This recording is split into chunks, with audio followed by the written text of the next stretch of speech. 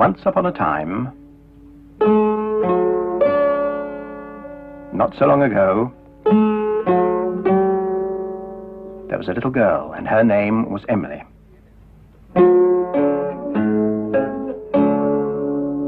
And she had a shop. There it is. It was rather an unusual shop because it didn't sell anything. You see, everything in that shop window was a thing that somebody had once lost, and Emily had found, and brought home to Bagpuss. Emily's cat, Bagpuss. The most important, the most beautiful, the most magical, saggy old cloth cat in the whole wide world.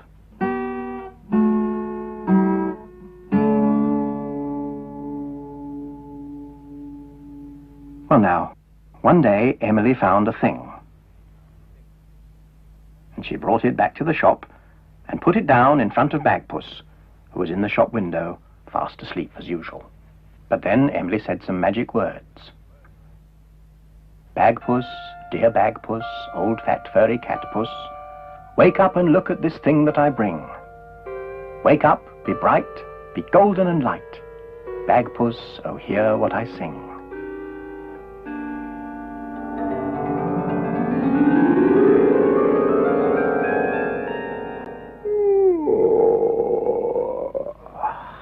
And Bagpuss was wide awake.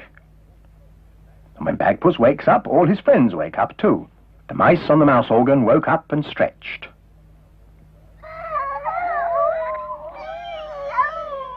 Madeleine, the rag doll. Gabriel, the toad. Oh, look! Look! And last of all, Professor Yaffle, who was a very distinguished old woodpecker.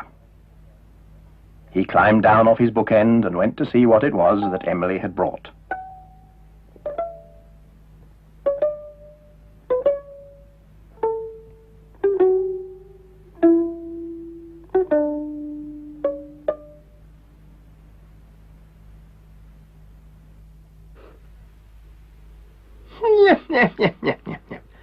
A piece of cloth. Thin cloth with markings on it. Well, I don't know, I really don't know. I haven't the slightest idea what this thing is, or was, or is going to be. Well, I should say it's probably a piece of cloth. I know what it is. It's a house. A house? A house for a mouse? No, a house for a rag doll. No, ridiculous. That is a piece of cloth, not a house. Who could live in a house made of cloth? It would fall down. A rag doll. A doll made of rags. But what would a rag doll do all day in a rag house? Read rag books. Dance ragtime dances.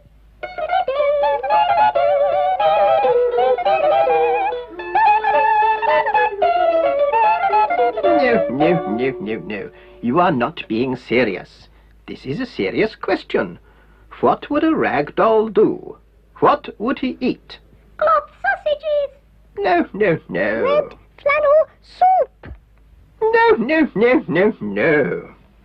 velvet jelly on white button plates. No, Bagpuss. These mice are being silly again. That piece of cloth couldn't be a house, could it? What do you think? Yes, Bagpuss, think for us. Think for us, Bagpuss. Oh, well, I'll try and think. But that isn't an easy thing to think about. I shall need a thinking cap. I know. Use the piece of cloth as a thinking cap. Come on, we will pat it down nice and flat. We will sling it on, we will pin it on. There's a hat for a thinking cat. There's a hat for a thinking cat. Ah, yes, of course. That is a house. You were quite right, mice. It's a rag doll's house, just like the one made by Uncle Feedle. Uncle Feedle? Who's Uncle Feedle? I know Uncle Feedle. Yes, we know about Uncle Feedle. We'll sing about him if you think about him. Yes, Bagpuss, think about Uncle Feedle. So Bagpuss thought. Ah, yes, Uncle Feedle. There he is. There was a man made all a rag, his name was Uncle Feedle. His coat it was a barley bag, all sewed up with a needle. His nose was rag, his toes were rag, his legs were Harry's tweedle. His eyes were dots of cotton frocks, they called him Uncle Feedle. Uncle Feedle was a rag doll. He walked through the rag doll country, where it is always summer and the green velvet leaves grew on the hedges, and all the year the flowers bloomed in the prettiest materials you ever saw. Uncle Feedle needed nothing. If he was hungry, he just had to unpick a cotton cauliflower or a corduroy carrot, and there was his dinner. If he was tired, he just had to find a cotton wool bush and lie himself down on it. Wasn't it odd, then, that one day he found himself feeling sad? He felt he needed something. He felt he needed a house. A house to live in, with a real bed in it. Old Uncle Feedle had no house, dear little Uncle Feedle. He had no bed, he had no house, poor little Uncle Feedle. Poor little uncle, silly old uncle, hadn't got a bed, so he took a bag of cloth and rag, a roll of cotton thread, oh. Uncle Feedle emptied all the pieces and patches of cloth out of his rag bag and set them out on the green velvet grass. The other rag dolls saw him working away, and they were very puzzled. Then they asked him what he was making. And when he said he was making a house, they were even more puzzled. But Uncle Feedle went on working. He laid out pieces of calico and bombazine and watered silk and purple plush. Then he started to work. Now first he sewed the kitchen wall with cotton thread and needle. With stitches small, the windows tall were sewn by Uncle Feedle. The curtains lush were purple plush and bombazine the mantle. A bottle of milk was watered silk and calico the candle. Uncle Feedle sewed and stitched and patched and cobbled until he had made the pieces of the four walls of his house, with pictures on the walls and tables and chairs sewn on. He even made a real bed from a quilted patch of old eiderdown to go inside his own house. Everything went well until he sewed the walls and the roof together. Then suddenly the trouble started. His house would not stand up. It was made of rag, and it was all flippy-floppy. Uncle Feedle tried and tried, but every time he nearly made it stand up, one bit of it would bend, and down it would all go, flap on top of him. Well, of course, all the other rag dolls knew how to make things made of rags stay up, the same way as they stayed up. They were stuffed with cotton wool. So they all marched out into the fields and gathered loads of cotton wool flowers from the cotton wool bushes for Uncle Feedle to stuff his house with. Then Uncle Feedle's house stood up beautifully. But there was still one thing wrong with it. What was it? Well, of course, Uncle Feedle's house was so full of stuffing, he couldn't get into it. He couldn't go in through the door. He couldn't lie on his new bed or use any of the useful things he had sewn, because his house was full of cotton wool. Well, that really was a problem. All the rag dolls sat down and thought as hard as they could. But then one small rag doll had an idea. She said, "Why don't you have the inside of your house on the outside? It is always warm here, and it never rains, so there's no need to have the indoors indoors. You could have the indoors out of doors." "That's a good idea," shouted Uncle Feedle. He jumped up, and quick as a flash, he emptied the stuffing out of his house, turned it inside out, and stuffed it full again. And there it was, a lovely house with the inside on the outside. The fireplace and the mantelpiece and even the grandfather clock were on the outside. "Yes," said Uncle Feedle, "I like that house. It suits me." Now Feedle's house was inside out, clever old Uncle Feedle. The out was in was out, it suited Uncle Feedle.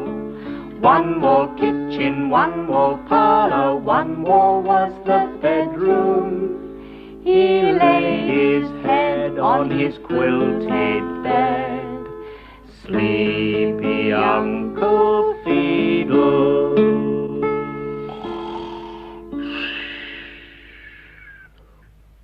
What a pretty story. What a delightful story. Absolute rubbish, every word of it, but quite delightful. And you, Bagpuss, you look quite absurd with that piece of cloth on your head. Yes, Bagpuss, give it to me. I will finish sewing it up. But, Bagpuss, I still say that is quite an extraordinary place for anyone to live. Oh, I don't know. People live in much more extraordinary places than that. Take these mice, for instance.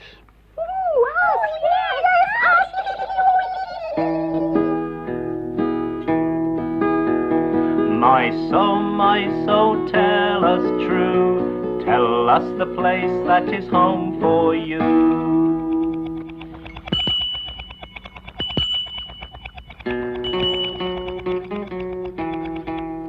We are the mice that's us. We live on the top of a number 2 bus. The motor bangs, the bell it clangs on a jolly little omnibus that just suits us.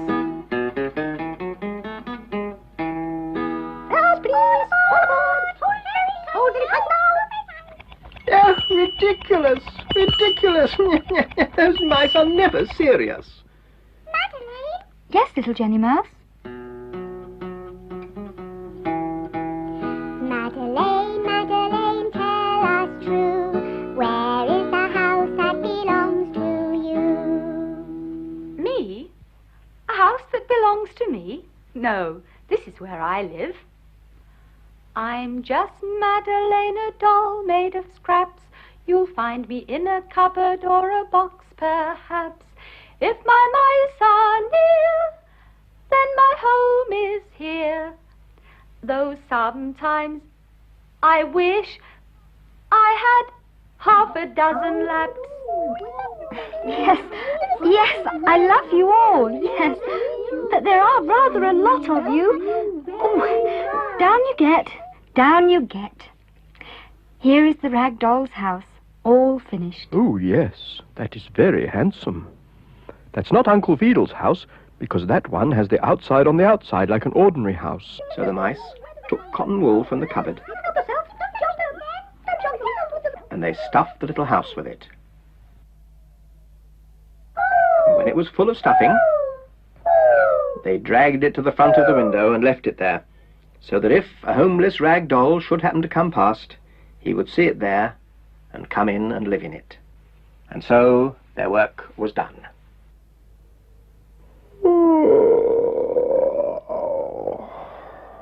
Bagpuss gave a big yawn and settled down to sleep. And of course, when Bagpuss goes to sleep, all his friends go to sleep too. The mice were ornaments on the mouse organ.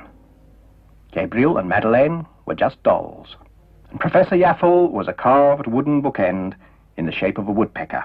Even Bagpuss himself, once he was asleep, was just an old, saggy cloth cat. Baggy and a bit loose at the seams. But Emily loved him.